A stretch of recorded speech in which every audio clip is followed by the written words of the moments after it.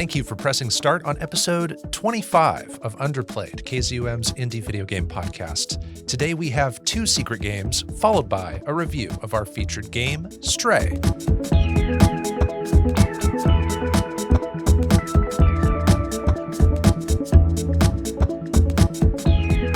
Here on Underplayed, we review indie games of all kinds, the games with small budgets but big hearts, the lesser-known experiences with imaginative ideas. I'm Bopo, and joining me is my player 2, DiscoCola. How's it going, Disco? It's going great, Bopo. How are you? I'm feeling feline, my little kitty in a robot city. That's a reference to our featured game, Stray, which has been in the news recently in the gaming world because as we sit down to record this episode, which will be released much later, we just learned about nominations for the annual Game Awards, and Stray showed up in a lot of important categories. I think more categories than I expected. Our featured game today was nominated for Best Art Direction, Best Game Direction, Best Action Adventure, Best Debut Indie, Best Indie Game, and the big one, Game of the Year. And I think it's the only indie game to be in the Game of the Year category this particular year. The last few years, there's been an indie game, I think, at least the last 3 years in a row, which is not nothing. Yeah, that's really cool. I think a lot of games like Stray are played by the masses, and it's a game that was highly anticipated for a couple years because it was revealed in 2020, which we can get to our initial impressions, what our expectations were for the game when we get to that featured review section of the episode. But did you have any reactions to seeing these nominations or anything that makes sense to you or doesn't make sense? No, I think that's all justified, and everybody was playing Stray the week it came out. You know, just like when I would sign on to Twitch, you know, every single person that I follow pretty much was playing Stray. Yeah. So makes total sense. Stoked about it. I think it's probably a shoe-in for debut or whatever. Yeah, debut indie. Yeah. I think it's almost guaranteed that Tunic is a great game. And it deserves to win too, but I think it probably Stray's probably got it beat. Yeah, in the indie game category, you've got Cult of the Lamb, Neon White, Sifu, Tunic, and Stray, which most of those, I think you and I have vetted as potential future featured games. We will probably play some or all of those games someday for this show. Yep. So that's really exciting. We're kind of just dipping into the award category for Best Indie from the Game Awards. Yep. I see these nominations, and it's kind of reminding me of how at the Oscars, for instance, sometimes a foreign film or a foreign language film will make its way into the Best Picture category. So you've got that initial category that's more niche, more specific, and you figure, well, if that movie's showing up in that category and the Best Picture category, it's probably a shoe-in for the Best International Feature category. So I'm looking at this and I'm thinking, Stray being nominated for Best Indie Game and Best Debut Indie and Game of the Year, it's probably going to get Best Indie Game, right? Because none of those other indie games are nominated for Game of the Year. But who knows? I could definitely see it getting art direction, which we can get into more in our review. But I thought the art direction was very noticeable and very commendable in Stray too. So a lot of the technical ones and a lot of just the general awards that it's nominated for. Yeah. Now, this episode will come out in the middle of January, and the Game Awards are December 8th. So we're just kind of like, we're placing our bets right now, and we'll find out. You'll find out if we're right. Yes. So maybe sometime in whatever episode comes out in February or maybe like late February, we will have learned about the Game Awards by then, and then we'll talk about it there. So it does seem like we're behind the times, but that's just how news is covered on this show. Very untimely. And then Stray was also a winner for PlayStation Game of the Year at the Golden Joystick Awards, which was the 40th anniversary edition of this award show that I'm not as familiar with, but PlayStation Game of the Year. There you go for Stray. All right. Before we move on to our secret games, I had an observation about something with Stray, but it's something that it has in common with other games we've played for Underplayed and games we will play in the future for Underplayed. And it's a very specific thing. Okay. You know, I'm a trophy fanatic Yes. on PlayStation. Yes. We both are. Uh-huh. And I was seeking the Platinum Trophy for Stray in preparation for this episode. And I noticed, you know, the Platinum Trophy has a name for each game. Like the name of the trophy can be different. It's not just called Platinum Trophy. Like sometimes it's something really specific to the game. Right. And for Stray, I noticed the Platinum Trophy is called All Done, which makes sense. You've done everything. Time to move on to the next game. All done. And that looked familiar to me. I was like, you know, I think other games have done that. But it makes sense. It's like one of the first things you might think of if you're designing the trophy lists and you're trying to name everything, right? So All Done. And on PSN profiles, you can search up different trophies, right? So I searched the name. You can search for a name of a trophy. All right. And then you can find out what game that might be from. So I searched the keywords All Done. And All Done is a very common name for Platinum trophies. And a vast majority of them are indie games. Yeah. And a lot of them we've played for this show. And some of them are coming up too. I know. I'm seeing that right now. So for the All Done Platinum Trophy, when it comes to indie games, these are the games that I found that fit those parameters. So you've got Stray, previous featured games, Kentucky Route Zero, Outer Wilds, 12 minutes, and then upcoming featured games, Solar Ash and Sayonara Wild Hearts this very season. Previous secret game, Maquette, a game you and I both love very much and we've vetted as a future featured game, Donut County, as well as Gorogoa, Watum, A Memoir Blue, The Artful Escape, another vetted featured game, and then other miscellaneous indie games, Telling Lies and Last Stop. Oh, and also the PS5 version of What Remains of Edith Finch, which added a Platinum Trophy, whereas the PS4 version didn't have a Platinum Trophy. That's another previous featured game. What the H? And so I will be seeking more All Done trophies probably in the future. Apparently. We both will, apparently, with even yet this season. So there you go. With that, let us move on to our secret games. The secret games. Secret games that you'll play. Secret The secret games. The secret games. Secret Games is our first segment where we each review an indie game we've been playing on our own in secret. We don't know the game the other person picked. We can pick any game that we haven't talked about on Underplayed before. It can have a lot to do with our featured game this episode. It can have nothing to do with our featured game this episode. It's just kind of a grab bag of whatever we want to play. And so we will start with you, DiscoCola. Let the mystery be no more. Reveal what your secret game is for episode 25 of Underplayed. All right, Bopo, this game is going to surprise you. Do you want to guess what my secret game is? Watum. Yes, very good. No, I'm kidding. I have no idea. My Wait, secret game. Hang on a second. Hang on a second. Since this is the Stray episode, Okay. we're talking about cats. Okay. I'm wondering if you picked a game about pets, like dogs or cats, maybe just cats. Okay. Is that accurate? Yes. Do you play as a cat in your secret game? Yes. Ooh, that's kind of given me like Momodora vibes where you play, or Kentucky Route Zero vibes in Chapter 5 where you play as a cat momentarily, but not the whole game maybe. Oh boy. You know, one indie game I can think of that's about cats is Cat Quest. Did you play Cat Quest? I did not play Cat Quest. Or Cat Quest 2? Okay. No. I don't know if I could think of any more on the spot. My secret game comes from Video Cult, and it is called Rain World. Oh, amazing. Okay. So I know that you and I have both at least touched this game, but I did send you a trailer just in case. I will refresh my memory by watching this trailer while you talk. So in Rain World, you play as a squishy cat-shaped creature called a slug cat. And at the beginning of the game, you're separated from your slug cat family after accidentally falling into a body of water.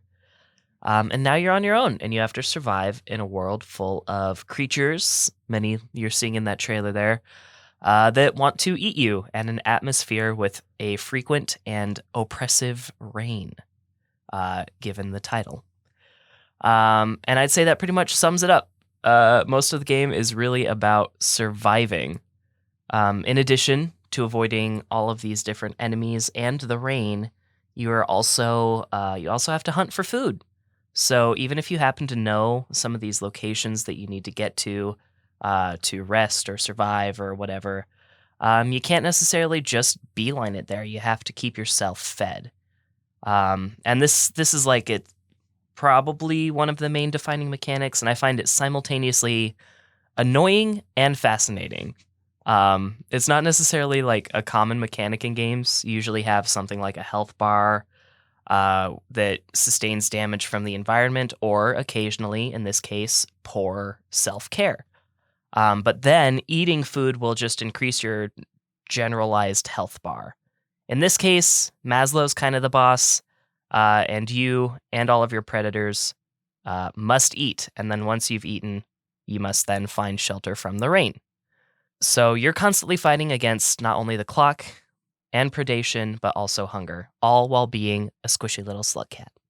So I'm going to dig into some of my likes and dislikes. First up, you know this, the game is hard. It's not hard in the same way that like Fury is hard or that Celeste is hard. Those two games are like skill-based games, and I honestly think that there are people in this world that are like probably physically incapable of completing those games. Rain World's difficult because survival is difficult. And I think most people probably can beat Rain World, but it requires patience, diligence, and some heckin' luck, my friend. And I couldn't do it. I couldn't beat it. So most of my likes are actually going to come from some research that I did.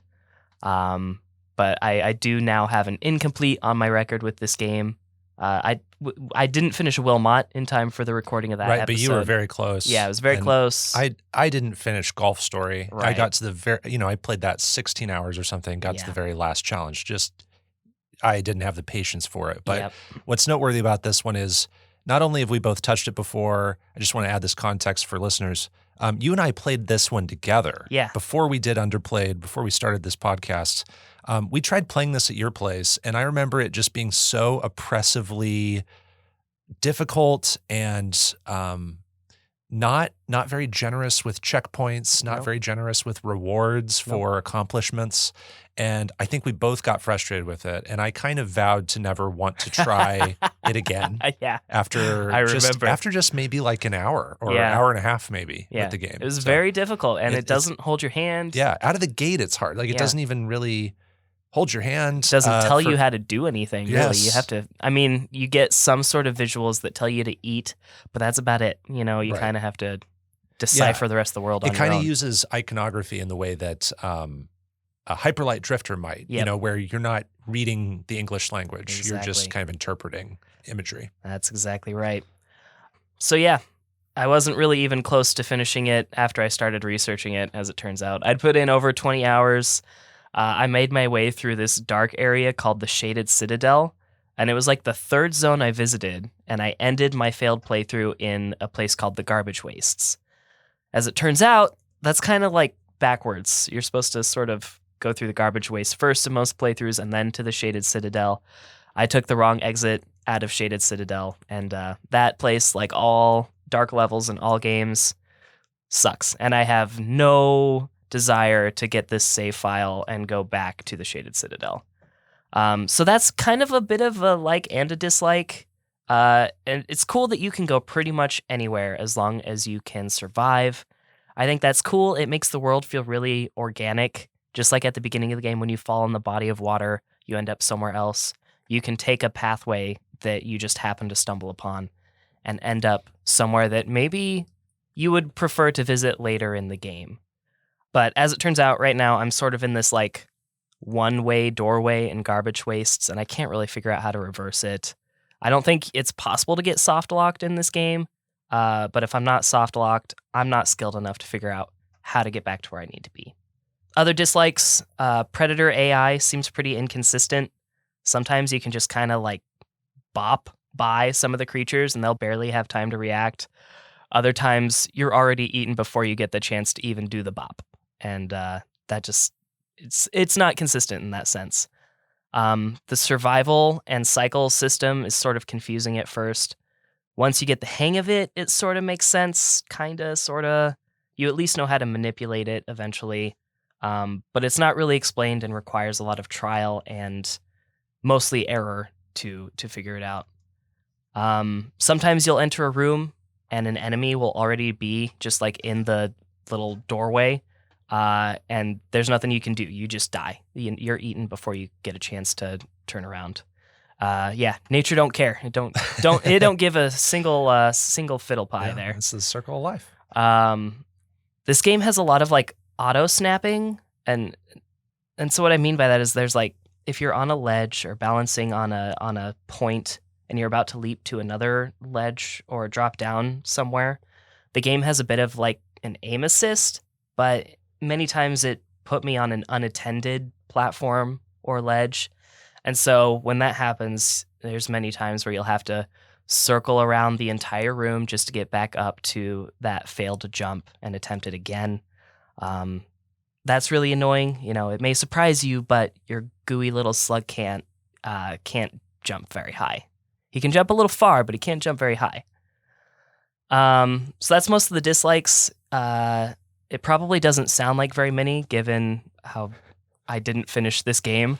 And they're all mostly based in difficulty. But my likes, however, will probably surprise you specifically in that I actually have some. Slugcat, first of all, is really adorable. That's one of the biggest reasons that I bought the game, in addition to just like the pixel art and design. The cat is expressive and has great animation, unlike other cats that you've seen in other games. Yeah. Just the way it moves and flows around in this pixel art style. Yeah, it's very cute. Love him so much. For a game with really slow movement, you can actually find yourself getting into a flow pretty often. There were several times where I sort of like found myself jumping at all the right times and just the right places and dodging all the lizards. And I love that feeling, especially if like the auto aim wasn't working against me. So that can be really fun if you can find that flow. This world is really fascinating. There's so many layers to it. On its surface, it's creatures just trying to survive, but there's so much more. There's story here. I didn't get all of it, of course, but if you want to dig for that, it gets really fascinating and unexpected. There's just so much more at play than you could have imagined. Physically, there's ecosystems, like several really well thought out logical ecosystems. It makes sense for these creatures to have existed and adapted in the areas that they live. But they also interact with other creatures in different ways. And you can just learn a lot about each individual creature by just like observing them and occasionally probing them yourself. You can learn what kind of defenses a certain creature has or whether it's more or less threatening than another. And that's kind of really one of the things that I found the most enjoyable when I didn't feel like my life was in imminent danger. I came across a YouTube video by a channel called, and I might pronounce this wrong, Das Zombes. It's DASZOMBES. And he catalogs the entire fauna of Rain World. And it's one of the most interesting YouTube videos I've seen in a very long time. Wow. And it really got me interested in trying to see more of Rain World. So I highly recommend checking out his videos on the flora and fauna of Rain World if you're sort of on the fence. And the world itself looks really cool. I'm always fascinated by art that depicts our planet after we're done devastating it. And Rain World is a pretty stellar representation of a ruined world bouncing back from the brink. I love looking at the backgrounds and all the little details all over the place. And like Hollow Knight's map, all of the different locations make sense next to each other. It makes sense for the wastes to be under, what it's under. It all makes sense cohesively. The map itself is annoying to read, but the world's built is really cool. Incredible world building. And I think that is the game's biggest strength. Ultimately, I think Rain World is probably the most difficult game I've ever played, but I would still also say that Fury is the most difficult game I've ever played. They're different. Yeah, different reasons. And I didn't finish it myself. After playing it this time around, I do feel like I could, and I would definitely be interested, but I would only do it if I was following a guide. Rain World's doable. It's just hard. The world fascinated me before I bought the game, and after some auxiliary research, I'm interested in finding these secrets on my own. The game is definitely not for everyone. I'd probably only recommend it to people with specific visual art tastes or people who claim to be really good at video games. So I could humble them or at least shut them up for a minute while they're distracted.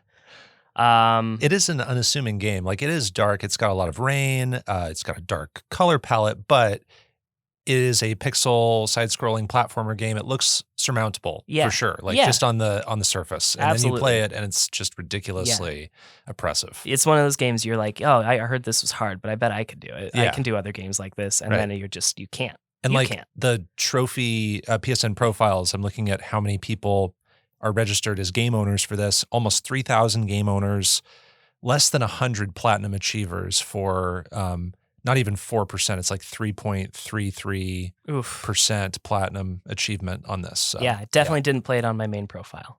Yeah, right. From what I've seen of the story and ending, I don't think I would love it personally, but it's definitely surprising. And I do hope to revisit the game someday when I have the time.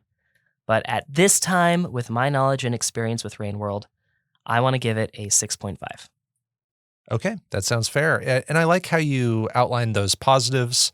It definitely does have beauty to it. It definitely does have a style that it commits to. And that attracted me to want to play the game, just like you were attracted to it at first, I think. It is just too oppressive for me.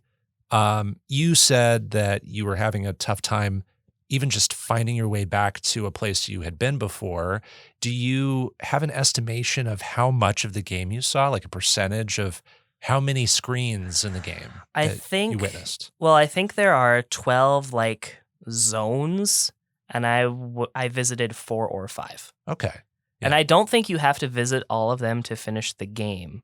But I did not see. Okay. I think I saw probably less than 50% of the game, unfortunately. But you did say you put in 20 hours? At least, which yeah. is a really fair shake. I mean, that is a great attempt. I probably would have given up way sooner because in these games, I need a map because I'm so directionally challenged. I'm more directionally challenged than you are. And you're really experienced with Metroidvanias and those kinds of games where the map is sprawling. You need to revisit areas. You need to be very mindful about where you've been and where you're going and how to get back to places.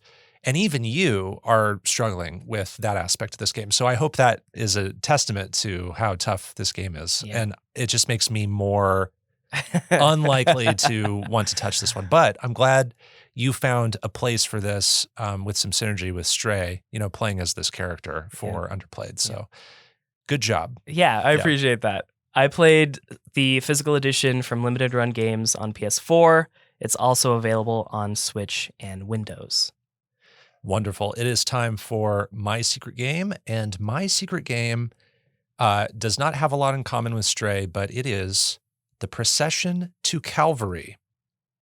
Have you heard of The Procession to Calvary? I have not heard of The Procession to Calvary. Okay, I just sent you the trailer, which you can watch while I talk. Alrighty.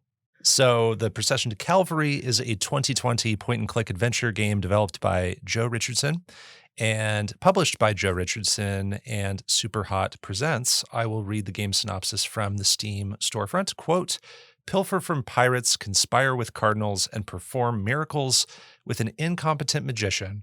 The Procession to Calvary is a Python-esque adventure game made from Renaissance paintings and a spiritual successor to the critically acclaimed Four Last Things, end quote. It does mention the Four Last Things there, which is Joe Richardson's previous game before this, and I have not played that one, but I did watch a trailer for that. It looked similar to this game. So in The Procession to Calvary, it's using this cutout animation style that reminded me of this show from when I was a kid called Angela Anaconda. Okay, Do you know Angela Anaconda? There's Digimon fans know Angela Anaconda. Oh, Don't worry. okay.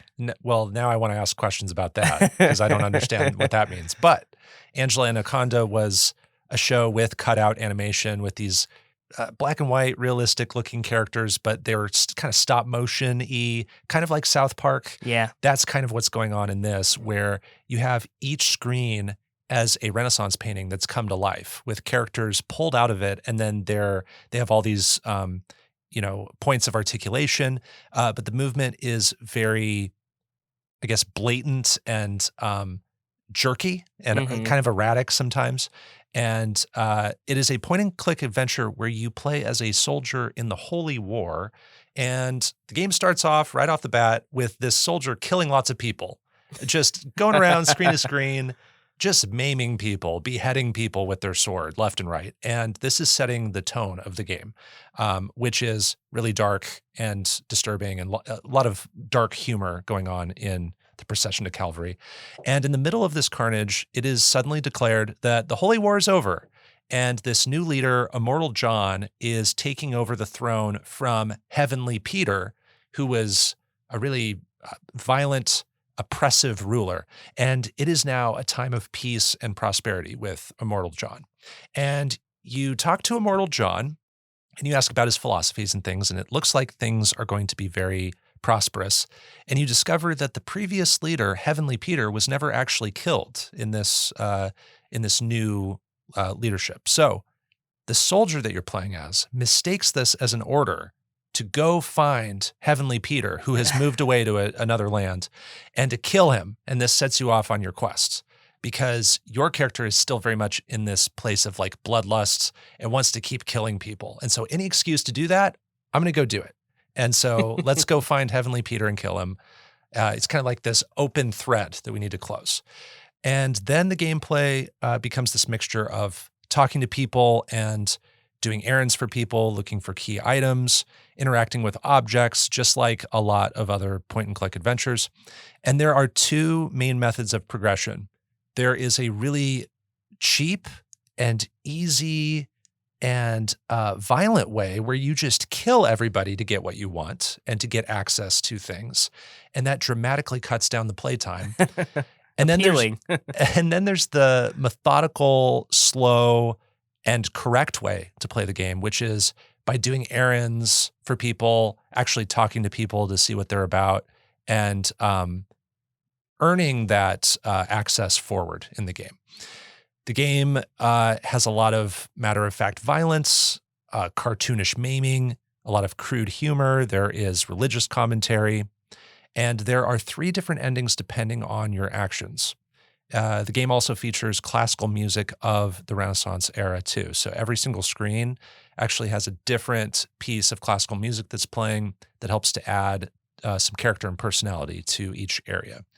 What I liked about the Procession to Calvary, for better or worse, this is one of the most bizarre games I've ever played. It is Imagine that. very strange. I've talked about other humorous games like Jazz Punk from season 1 was bizarre and strange and humorous. And this game is really nothing like Jazz Punk, but it's trying to do humor in a new way, which is really admirable and something you don't see a lot, especially in point-and-click games. There's something really uncanny and off-kilter about this cutout animation style that's applied to these Renaissance paintings. You've got this high art that people in the art world revere, that is very special, is of a time that we will never be able to repeat. And yet there's all this lowbrow humor applied to it. Right. And there's something just so contradictory about that, so oxymoronic about that. And it makes all of the humor and all of the actions of the characters more shocking. And characters are also often paired with sound effectively. There is a screen where a bunch of people are being crucified and they are screaming, and it is horrifying.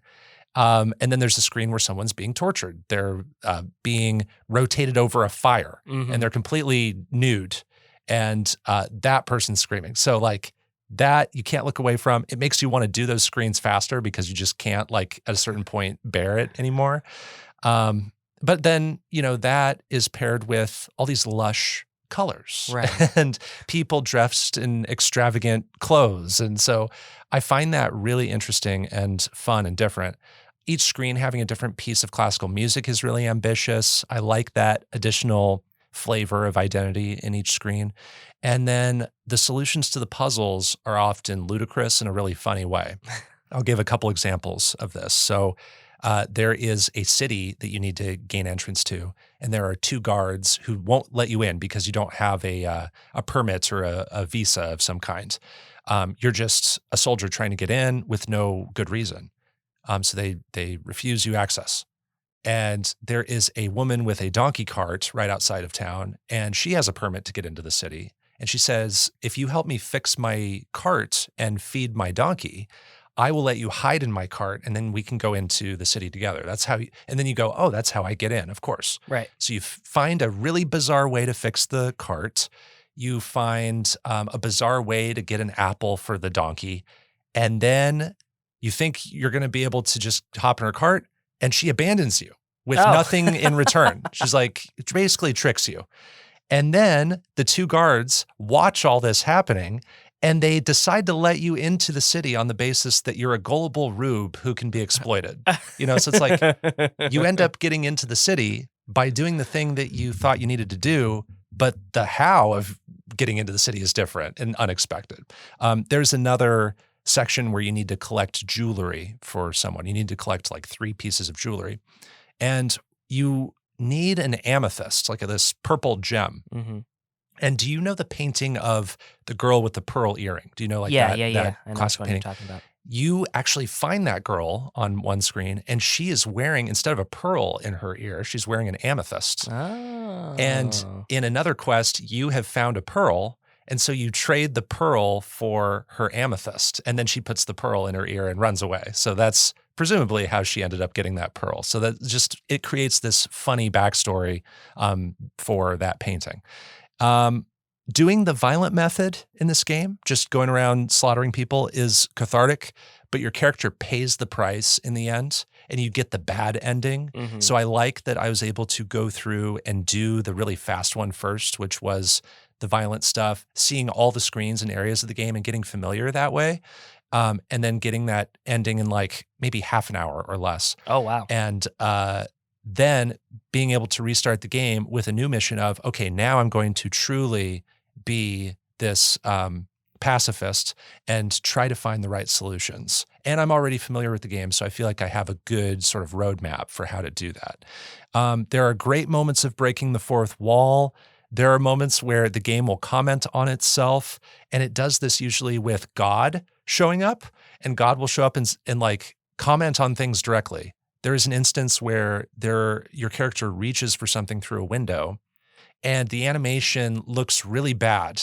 And then God shows up, and he goes, wow, that looked awful, and then proceeds to talk about why the developer did that awful animation. It's because they couldn't get it to look right. And so instead of wasting a bunch of time trying to perfect it, they lean into that messiness and comment on how bad it looks. Mm-hmm. And then you get a little commentary on the developer himself, on Joe Richardson. And so I think that that's a really funny, kind of clever way to clean up a mistake by just leaning into it and having fun with it and laughing at it. So you're laughing with him, but then sometimes you're laughing at him for some of the things he's deciding to put into the game. So that's kind of fun.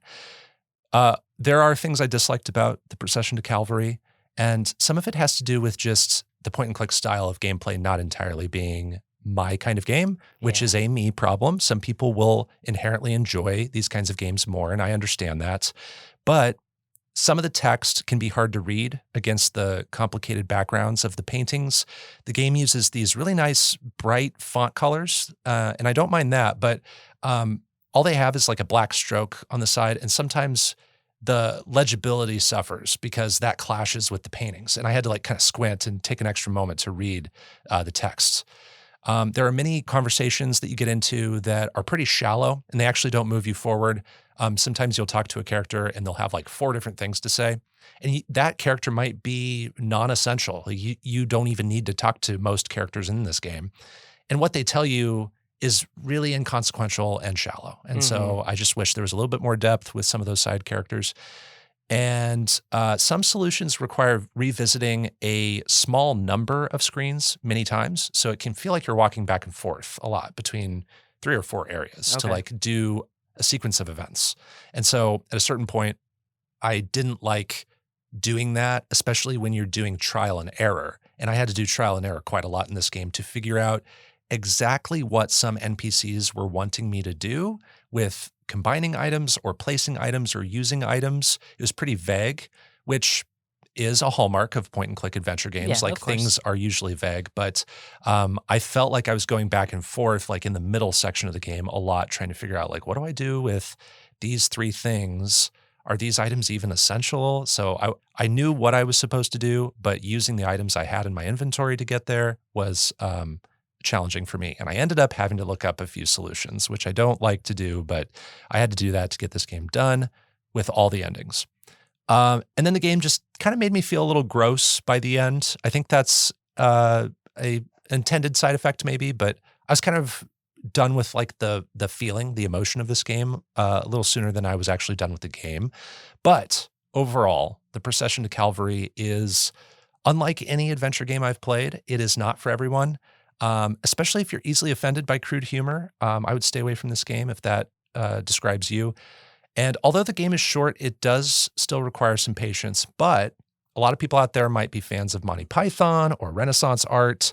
And for those people, this will be very worthwhile. I will give this game a 7 out of 10. Heckers. And it is playable on PC, Mac, Linux, Nintendo Switch, PlayStation 4, which is where I played it, Xbox One, Android, and iOS. So it's on a Nice. ton It's on of a lot of things. stuff. It is. Point and click games are pretty Transferable. Yeah, Yeah. I would say. For sure. Yeah, I You've watched the trailer. What are your impressions of like what you're seeing? well, I definitely expected it to. You talked about how dark it was, how gruesome it was. I was expecting it to mostly just fall into the absurdist humor, more like a jazz punk. Mm. And so I guess that's what I was expecting. But it sounds like that's pretty different. Yeah, so there is absurdist humor. There is just stuff you wouldn't expect these characters who look like this to say. The first thing you can ask Immortal John is like, so can I do some more murders now? So there's a lot of that. Just blatant, crude stuff that's funny. Yeah. Again, that's going back to that just contradiction of the art style and the language. Yep. Yeah. Yeah. Immediately when God popped in the trailer, the first thing I thought of was Monty Python. And so I'm glad Yes. that's like a part of the Steam description. Yeah. I don't know if I'll pick it up, but I wouldn't mind watching someone play through it, I think. Yeah, there are playthroughs, I think, of people doing the right things in the right order, and I think it's less than an hour Okay. to like see everything if you know what you're doing. Perfect. So I think it's worth the time.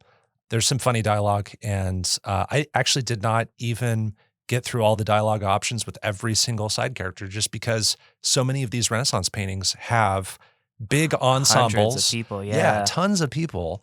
And so I just couldn't talk to everybody, but I found the people that I was supposed to talk to. It does guide you really well with like, knowing what you're supposed to do. But then it's just a matter of like, what obscure thing do you need to do to get the jewelry, for instance, for that one quest. So those are our secret games, Rain World and the Procession to Calvary. Let's move on to our review of Stray. It is our featured game.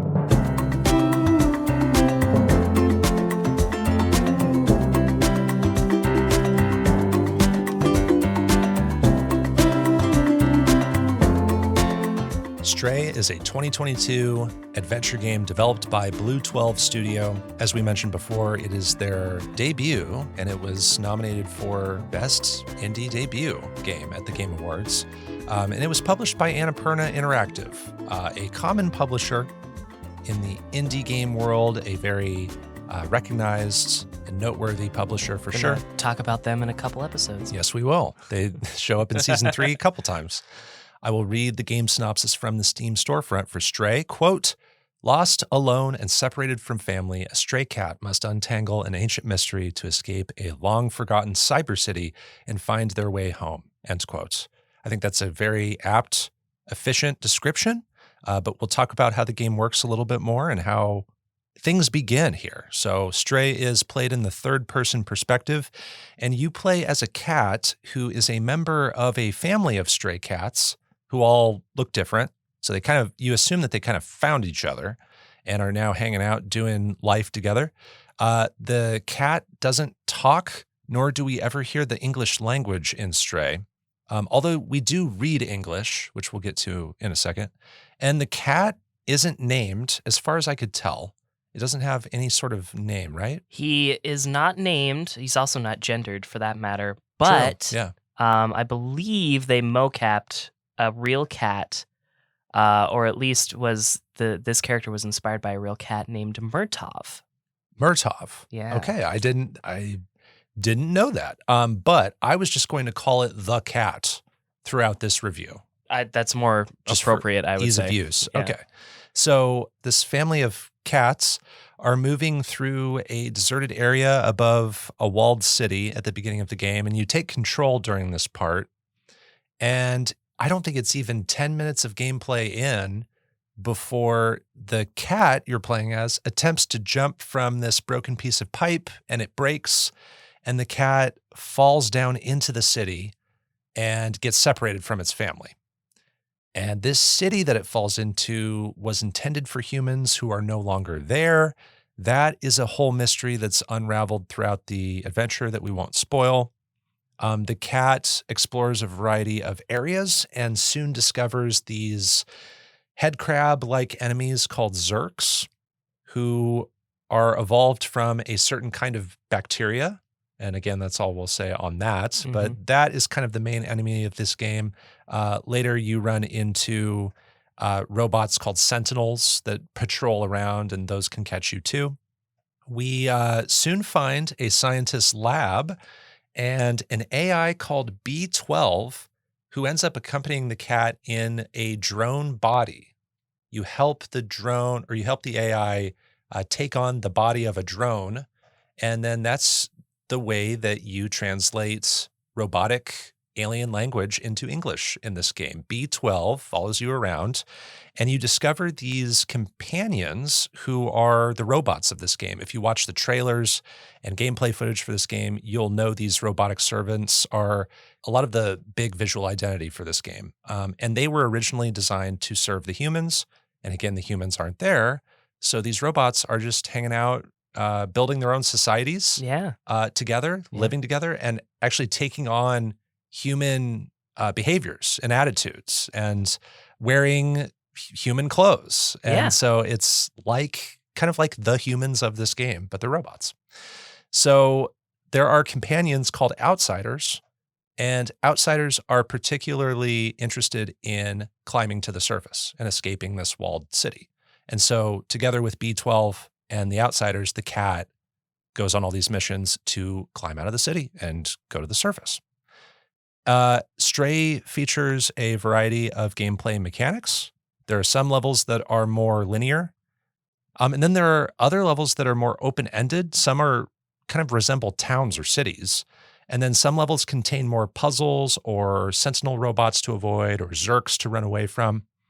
And then for controls, the cat can jump, but only to certain platforms, and you need to see a prompt to be able to jump. So this isn't like one of my previous secret games, Cat Lateral Damage Remastered, where you can just jump wherever, and you have the crazy jump where you can just like spring onto any platform you see fit. The game is actually quite selective about which platforms you can jump to. There are many of them, but you do need to be adjacent to them, and you do need to see a button prompt to be able to go there. The cat can sprint. There's also a dedicated meow button. Heckers, there is. Yeah, baby. And I bet you played around with that immediately. Oh, so much. Just tap in circle on PlayStation to meow over and over.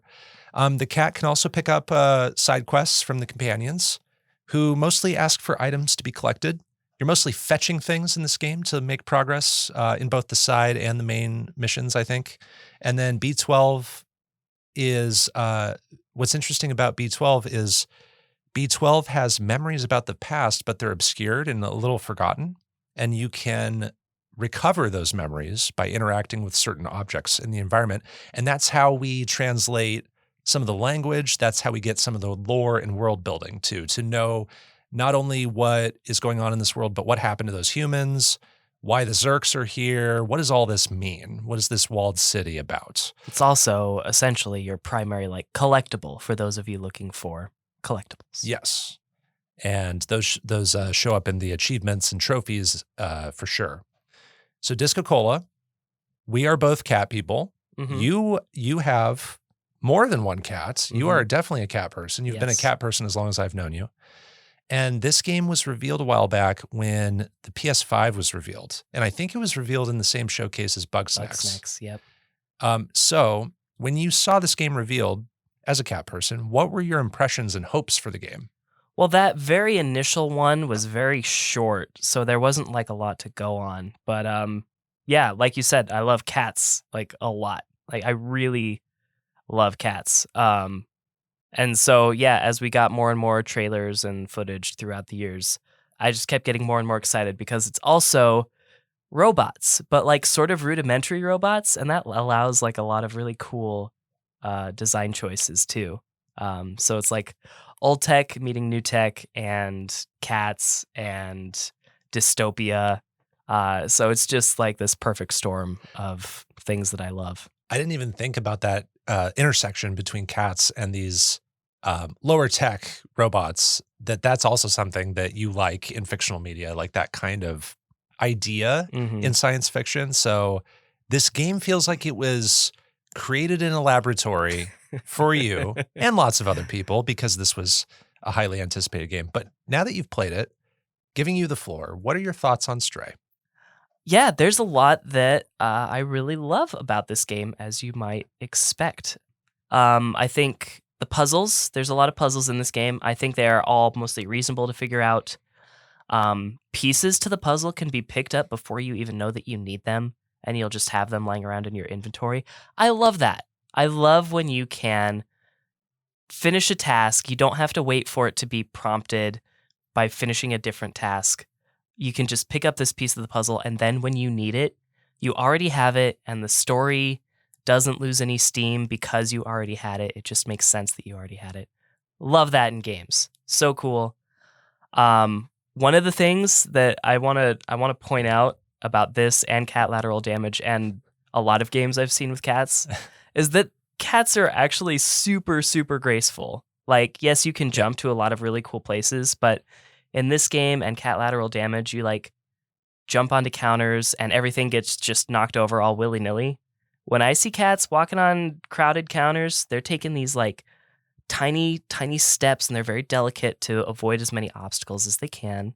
Now, stuff still gets knocked over sometimes, but Yeah. rarely have I seen a cat just like jump onto a counter and just like disregard objects Yeah. and entirely. That's kind of where the jump wherever you want idea doesn't fit this game because this cat feels very calculated in where it wants to go. This cat feels like a cat that plans where it wants to go. Yes. And yeah, you can knock stuff over, but the funny idea of cat lateral damage is you actually have a button dedicated to swiping your paws. Right. And the goal of the game is to ruin your owner's house, and that's the cat's decision. Mhm. And here, the cat's decision is escaping this place and going upward. And most of the time when you're jumping upward, and you are carefully calculating where you're jumping. Yeah. And so that idea of how a cat moves translates. Yes. So I wanted to point that out. So even though you can just like jump on a pool table and just sort of like roll around until all the balls are gone, usually that's not how cats work, but it's still fun. It's still a great love letter to cats, in this case in particular. You can do the cat rub up against robot friends, but there needs to be more of that. There's only like, Yes. you could count on two hands the number of times you can do that in the game. Yes. More, please. I loved the story and the ending. I especially loved the ending. The main twist is something that I should have seen coming. Like normally I would have predicted probably the main twist. But I didn't this time, and I like when stories surprise me. I think some areas have a little too much to explore. You talked about linear areas and more city-like areas. Some of those city areas are just a little bit too big for me. Most paths do result in some sort of reward, even if it's off the beaten path, but not often enough to make me want to spend that time every time, to climb into every single window and look under every single table or look behind, all the different shelves. It doesn't reward me enough times to make me want to do that every time. Points of no return aren't always clear the first time you play. This game does have a chapter select, so you'll always be able to retry certain areas.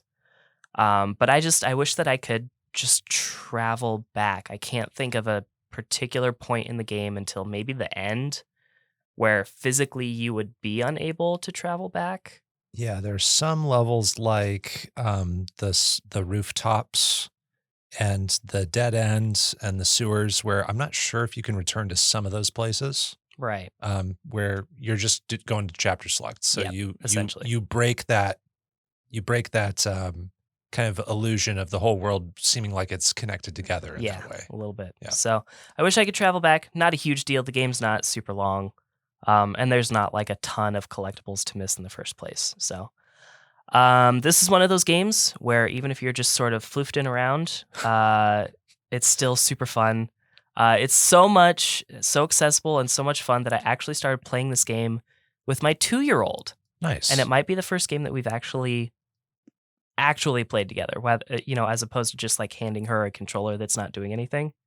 We didn't do anything substantial, of course. We just sat there and meowed and watched the idle animations. Sure, but yeah. I got to play this game with my kid, and that's super fun.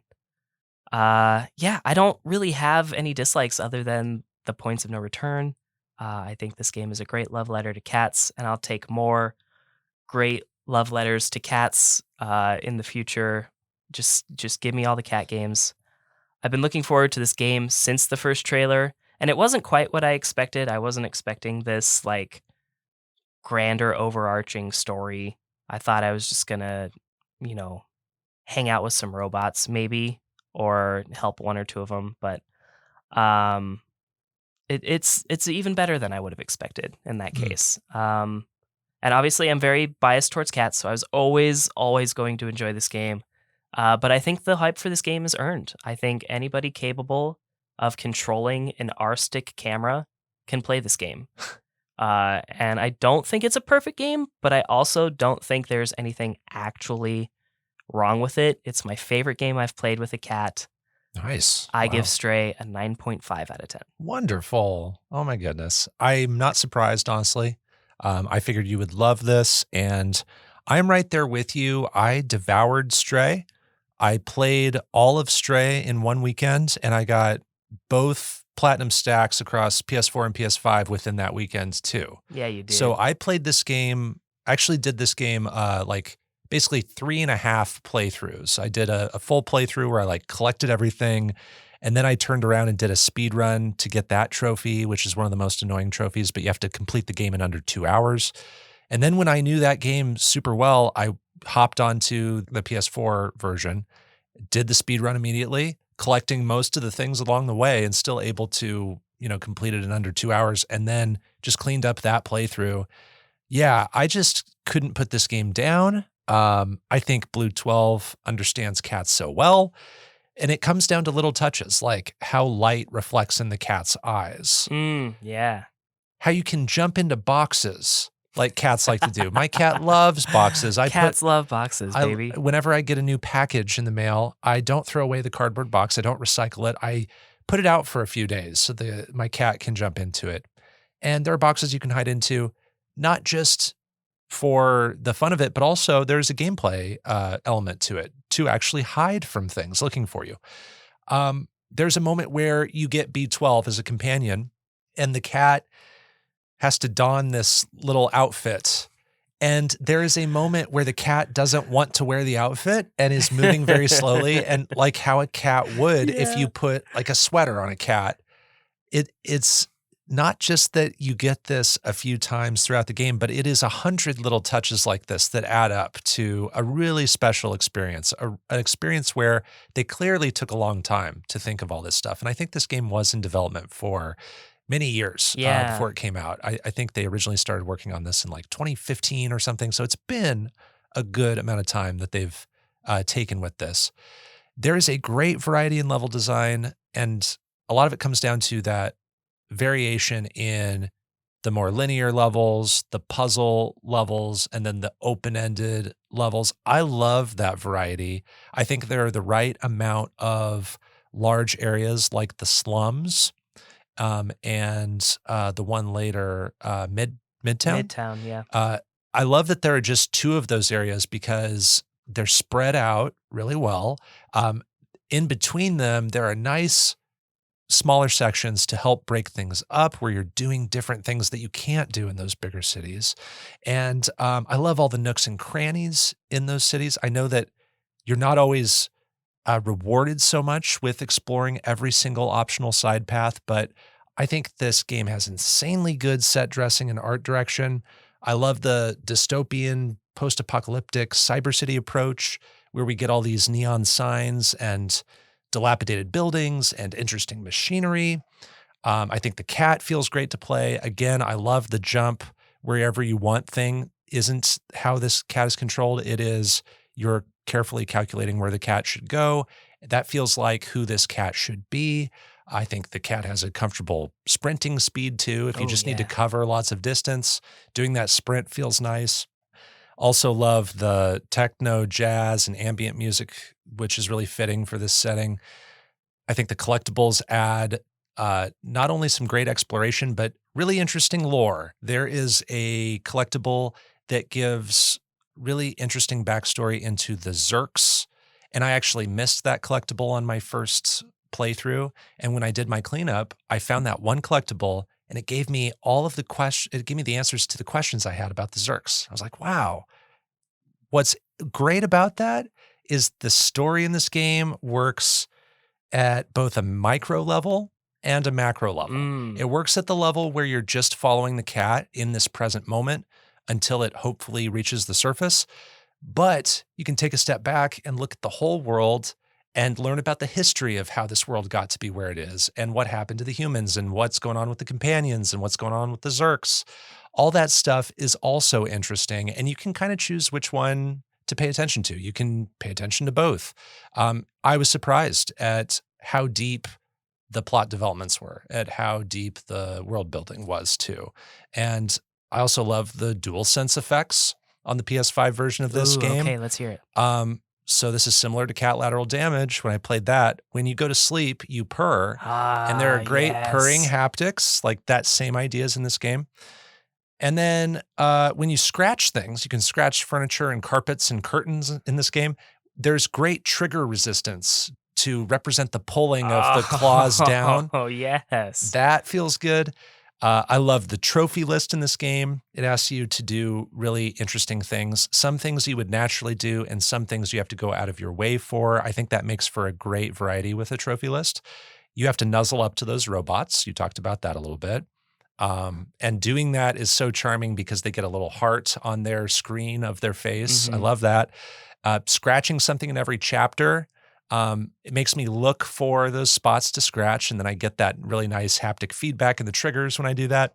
You have to wear a paper bag, which reverses your controls for a second until you like hit a wall and the bag bounces off. So I love that I'm being rewarded for those miscellaneous fun things in this game. I agree that Stray isn't perfect. I pretty much never think a game is perfect, but my dislikes for this game, I think this game needs a little bit more time at the beginning to build the relationship with the rest of the cat family. Because I get that it's a member of this cat family, but I would have loved maybe just like 5 more minutes to fall in love further with these other cats. Maybe it's just a quick cutscene or drag out the beginning just a little bit longer so that when the cat gets separated, you have built up this proper amount of time that I feel like the game maybe just didn't do enough of. Okay. You do get the shot of the cats looking down at the cat as it's descending into the city and falling down. So that's heartbreaking just on a visual level, but more emotionally, I think they could have built it up a little bit, maybe with more backstory. I think the last level has a great moment where you're looking out a window and has a great sense of scale at this certain point. And I love the final moment, and especially how the music builds up in the final moment. But the level was a little disappointing to me, just because it felt a little bland leading up to those big final conclusion moments, which I did love. Mhm. But the level itself, I thought was just a little bland compared to my expectations.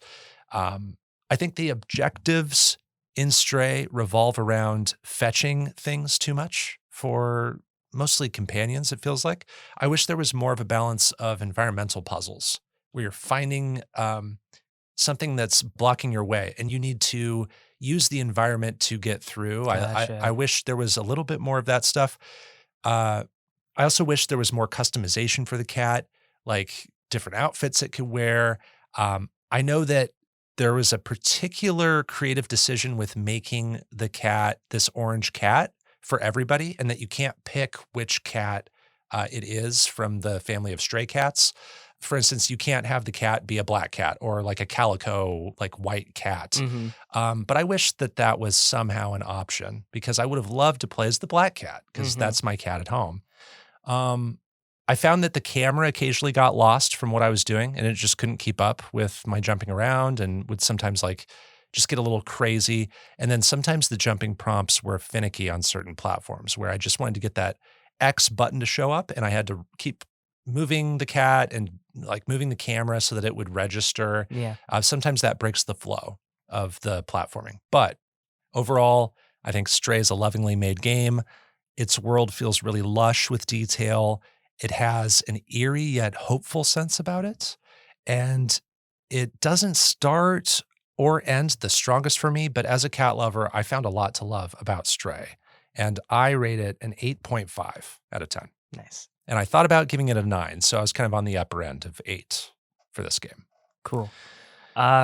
Yeah, I didn't even mention the music. The music you mentioned is really good. I didn't notice it for a long time, but then I was going through the ant village and then just something in that song just took a turn and it was awesome. Yes. And so then I checked out all of the music just on its own later.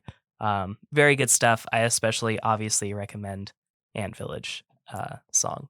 Yeah, we haven't talked about Ant Village yet, but that's another area that's kind of like a city. It's before you get to Midtown, and it's more of just kind of a connecting area. Hmm. And that area reminded me of how vertiginous things can be. You can, right away in the slums, which is like the 4th chapter, you're in this little town and you can go up many stories and go to all these corners of the town. And the level's actually designed to have you spread out and go to all these different apartment buildings and find things. And so that's what really opened up my mind about what this game can be. And really appreciated that because I like that feeling of, even though I'm directionally challenged, I like that feeling of I can go anywhere and be a little confused about where I should go in this game because the art direction is so nice to look at. I loved everywhere I was going because it was so pretty. There was so much attention to detail. And I think as long as you are up on a higher level, because I got lost in that level for a while too, but only when I was on the ground level. As you get higher, there's more things that are more easily identifiable, I Mhm. would say. And I think it used a lot of that art direction that you're talking about to sort of like help you get reoriented. Yes. So if you take the time to climb up a building right quick, if you're lost, you can sort of like see, oh, that's where the people throwing the paint cans are. Yes. I know that that's next to, This apartment building. Exactly. Which is near this.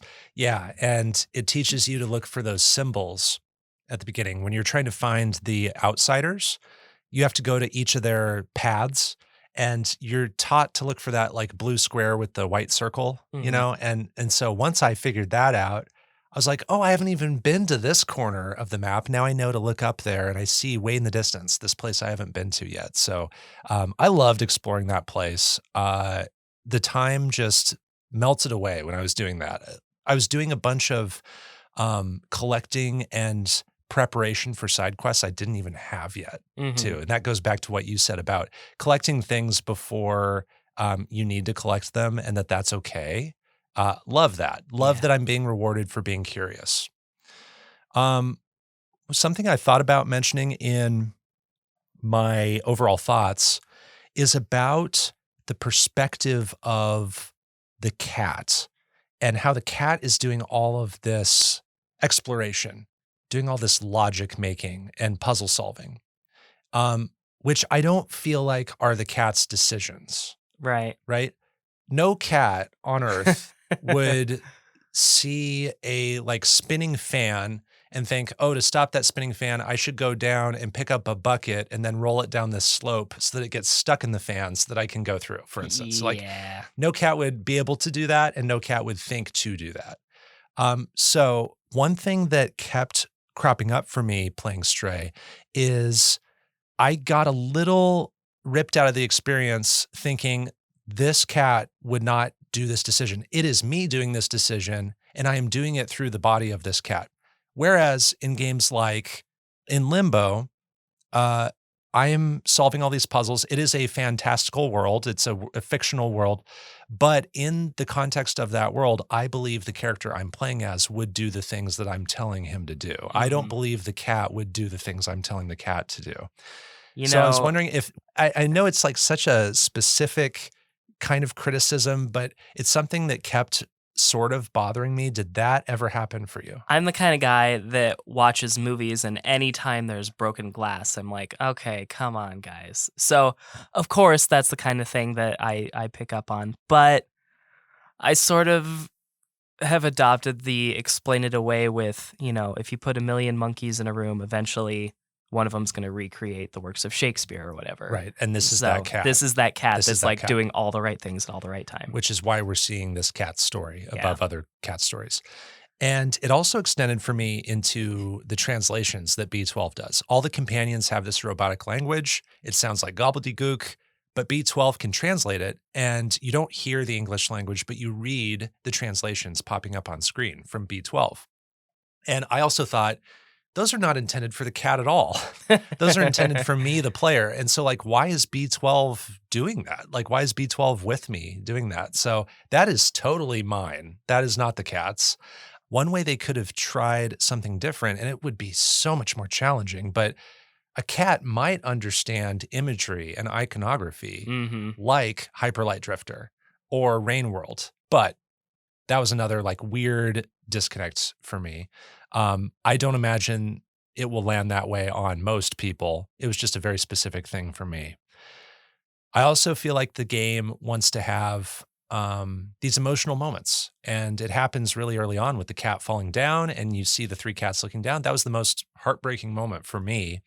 But then we get into this world that has all these robots that are expressive and that have human-like traits, but they aren't humans and they don't speak our language. And so there's a little bit of a barrier there. So I was wondering if you had emotional resonance with those characters, if you feel like the game did a good job of trying to communicate emotion without the usual ways that we communicate emotion. Oh yeah, absolutely. Yeah, I think they did a great job. The ability to have an LCD face that can change to a very specific reaction. Like you have some characters essentially reacting with emojis. Like there's times in real life where I wish I could just throw up an emoji right quick to make my point very clear and funny.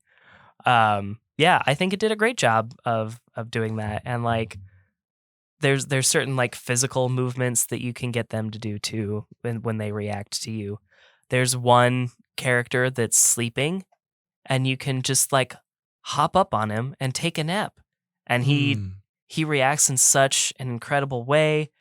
And then you can just nap there. And that was one of my favorite moments just inside gameplay. Yeah. It was just like napping on this sleeping robot. There are lots of ways they make the robots, the companions, human. And you just listed a couple examples. I honestly did not expect there to be this many robots I didn't in the game either. Yeah. There are many dozens of them. I thought there would be, based on trailers and stuff, I thought there would be like 10 in the game. When you learn more about the world, what was really emotional for me was I almost like, in my mind, imagined there being as many humans as there were robots in this game. Like I imagined that there was a companion robot for every human or something like that. And so then I thought, when I learned about what happened to this city and, why the humans are gone and stuff like that, I basically was imagining each robot as one of those people. And so for me, I was thinking like, wow, this is a representation of how many people were affected by this world. I also love the heart emojis on the faces and stuff. Like that does go a long way to like connect you to what is there. And kind of in line with some of the smaller sections, there are moments where the robots will accompany you. Mhm. Did you tend to prefer those over the wider sections? No, but not. It didn't have much to do with the fact that the robots were accompanying me. It had to do with that those were more like stealth based sections of the game for the most part. Gotcha. I don't tend to enjoy stealth games quite as much as just like action platformers and puzzle platformers. Yeah. So the stealth sections were probably like my least favorite, and that just happens to be when those robots are also accompanying you. Gotcha. And yeah, that's when you're hiding from the sentry robots. There's another kind of specific encounter with Zerks where Zerks are chasing you and jumping onto you. I think another criticism I would have is just sometimes that felt a little unfair, or they moved in a Mhm. way where it was hard to, You can't predict it. it's very hard to predict. There were times where I felt like I didn't dodge that well and I was safe, Yeah. and other times where I very mindfully dodged and I still got attacked by a Zerk. So Yep. that was unfortunate. And it was unfortunate for a certain trophy, which I don't know if you've I tried have- this one yet. I tried it for a little while, but I was like, I just got to get the story done. Yeah, there's a trophy where you have to get through the first Zerk encounter where you're attacked by hundreds of Zerks and you can't let one of them touch you, and there are no checkpoints.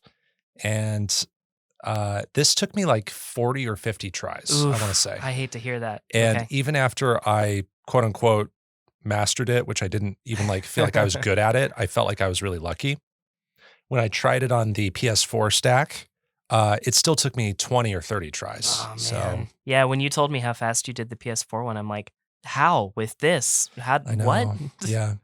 So knowing what I knew from the PS5 version, I hopped onto the PS4 version and just like decided I'm going to do this as fast as I can. And I was able to do it all in 4 hours and 8 minutes.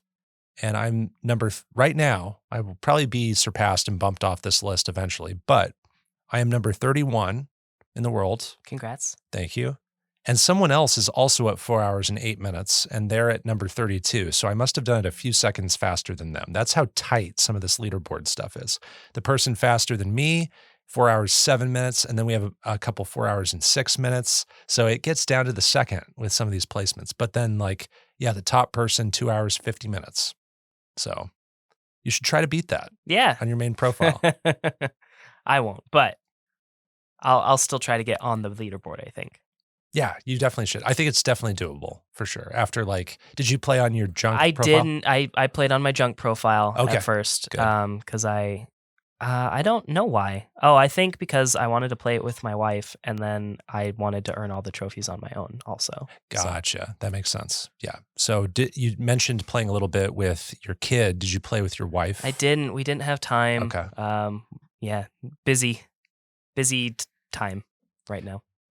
Do you have any other praises, little moments, fun facts about the game you wanted to share? It's the only game so far this season to make me cry, and I'm actually like 3 or 4 episodes ahead right now on gameplay. So, that it gets that little flag in Wow. the sand. Little stamp of approval. Yeah, love that. Yeah, it's a great game, and I'm glad that I finally have my physical version, that I was able to play it. I've been looking forward to it for so long, and it's finally here, and it was worth the wait. Nice. Well, since you were eagerly anticipating it and because you gave it such a high score, I wanted to give you the final floor on the game. That is our review of Stray. You can play it on PC, PS4, and PS5. DiscoCola rated it a 9.5. I rated it an 8.5. That's the end of this episode of Underplayed. You can find more of our episodes at kzum.org/underplayed and on common podcast services like Spotify or Apple Podcasts. Our music was composed by Jack Rodenberg, and our art comes from Oni Mochi. Underplayed is on Twitter at UnderplayedPod. You can find me on Twitter at Bopo, that's BO_PO. And check out that same handle on the GG app where you can see my game lists like my top 100 games of all time. And I am DiscoCola, and I want to give a quick shout out to Oni Mochi. His art style, a lot of it falls in line with some of the art style you kind of see in Stray. So as soon as he has a bigger social media presence, check him out. We love his art. Anyways, I'm DiscoCola. You can find me on Twitter with that handle. And I am back to streaming on Twitch occasionally. Wonderful. Next time, we'll have 2 more secret games to review, and our featured game will be Return of the Oberdin, a mystery puzzle game developed by Lucas Pope. Until then, everyone, keep on playing.